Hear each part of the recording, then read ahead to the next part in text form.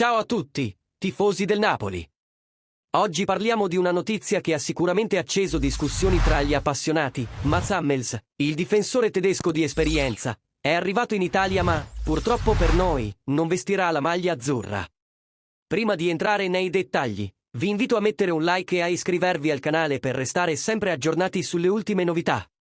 Hummels è atterrato a Roma e ha scelto di unirsi alla squadra di Daniele De Rossi, i giallorossi.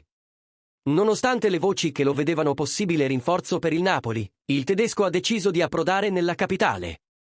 Oggi ha completato le visite mediche e, nelle prossime ore, firmerà il suo contratto con la Roma. Per la squadra di Antonio Conte, che cercava rinforzi in difesa, questa è sicuramente una notizia che costringe a guardare altrove.